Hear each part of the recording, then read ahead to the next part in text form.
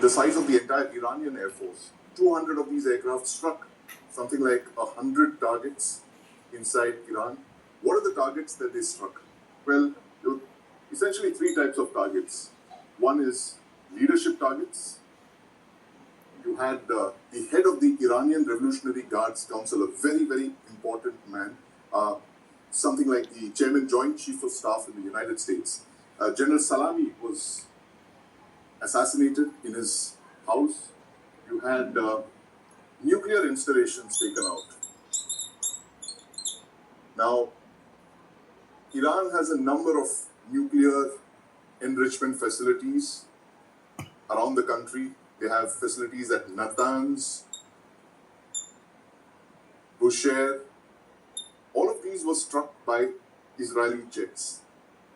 Now, some of these facilities, mind you, are deep underground. They're buried deep underground, 50 to 60 meters under the ground.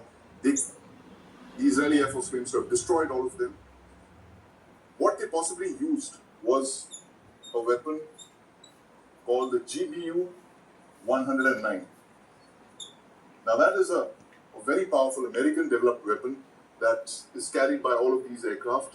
It's a 1-ton weapon, and that, when it's launched by the fighter jets, can strike at deeply buried targets underground. So this is possibly one of the bombs that was used in these attacks. And of course, the third type of targets that Israel took out inside Iran during Operation Rising Lion are the AD networks. That is the Iranian ground-based air defense networks here. And this is a developing story. How were these air defense sites taken out? There's one version that suggests that Israel launched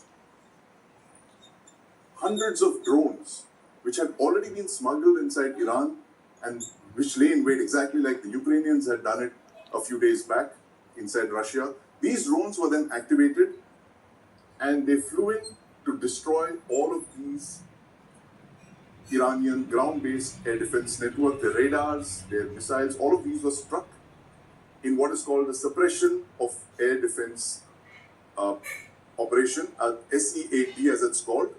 Once all of these radars and missile sites were knocked out, it became easier for what is called the strike packages of all of these fighter jets to literally come in. But it is an astounding operation which targeted, as the Israelis say, 100 locations all across Iran, striking literally within hours of each other.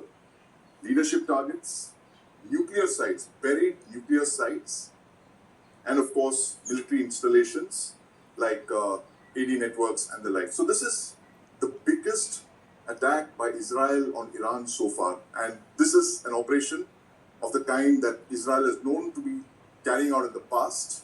It's of course carried out some spectacular operations like Operation Jonathan, that rescue of the hijacked passengers in Africa almost 50 years back. So Israel is known to carry out operations of this kind, and this Operation Rising Lion, using such a large number of fighter jets almost simultaneously striking across a country the size of Iran, is going to be studied for several years from now.